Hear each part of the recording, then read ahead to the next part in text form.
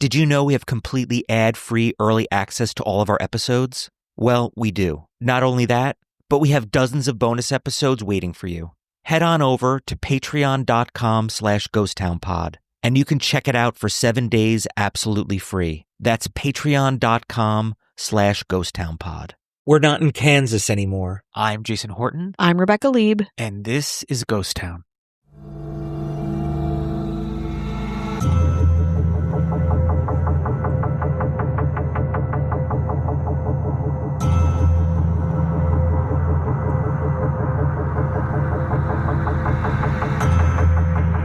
In 1991, Gail Kottman began a project that might be relatable to many of us, figuring out a place to grow flowers in her yard. But what was once a small home project would grow into a local, near-mythical phenomenon and official piece of LA history, one complete with secret keys, celebrity thrones, and a mysterious Hollywood reputation all its own. That is, if you're lucky enough to experience it. Today on Ghost Town, the Garden of Oz.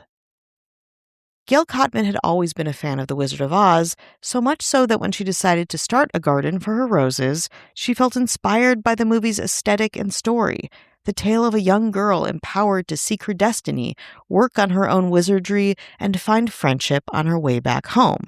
Kottman wanted to incorporate some of the beloved themes of the movie into her space, a beautiful expanse in the Hollywood Hills of Los Angeles, but she wasn't quite sure how. Collaborating with her contractor, Manuel Rodriguez, the two began a project that included a concrete bed and many multicolored beads, a kind of homage to ruby slippers and the glittering, gleaming Oz. Soon, Kottman expanded the space, inviting several of her local artist friends, including notably ceramic artist Beatrice Woods, to help decorate the space, which began to include winding pathways and hillside retaining walls.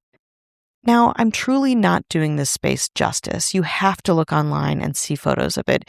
It is gorgeous. It's this beautiful example of kind of a living mural, a living mosaic, this folk art space that feels honestly far more magical than The Wizard of Oz. When I think of The Wizard of Oz, I think, like beautiful and cool, but I also think of like Hollywood soundstage.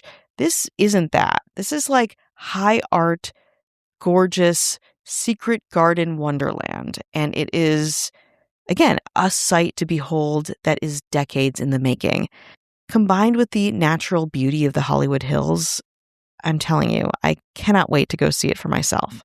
Of course, if you look closely, both in pictures and in reality, you can spot references to Wizard of Oz everywhere, including a nod to Munchkin Land with its yellow brick road, and a throne for the film's hero Dorothy, called A Throne of Your Own, which encourages garden-goers to forge their own path both in the garden and in life.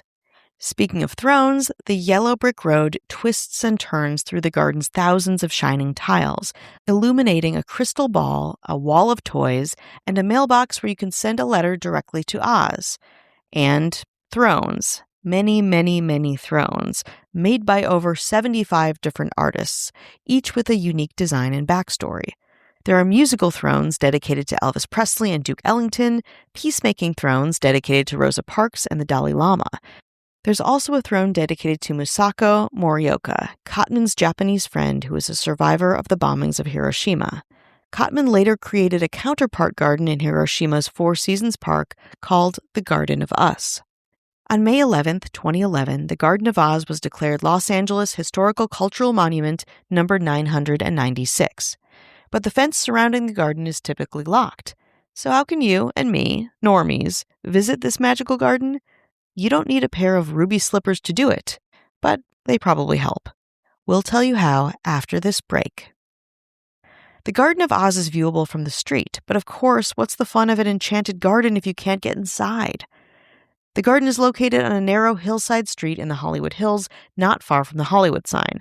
It is open to the public 2 hours, 2 hours a week, sometimes, usually, Thursdays, 10 a.m. to noon, at the discretion of a gardener who has the key.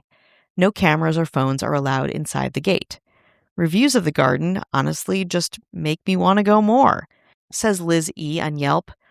First went there in 1995 and many times in the years since. It is one of those places that truly cannot be described. It must be experienced, as corny as that sounds. Any description falls short of how incredibly cool and peaceful the Garden of Oz truly is. Says Matthew D., great spot, very uplifting, spiritual and positive atmosphere with a sentimental value, very beautiful memories. Says Bethany T., we waited for 11 years, walking by daily before we found the gate open, and Gail generously invited us in. It was worth the wait. It's an experience for the soul and a feast for the eyes. You can't take a picture to look back on, so it forces you to really soak up as many details as you can hold in your memory. Beautiful, right? Exciting. I want to go, and I'm sure you do too. So how do we get in if we can't offhandedly find someone or get there during those narrow hours? Well, there is another way. Rumor has it that Cotman has allegedly given the keys to all of the neighborhood's children so that they have a direct pathway to a magical future. Children lucky enough to get a key to the Garden of Oz are encouraged to sweep and care for the garden one day each month, caring for it as if it was their own.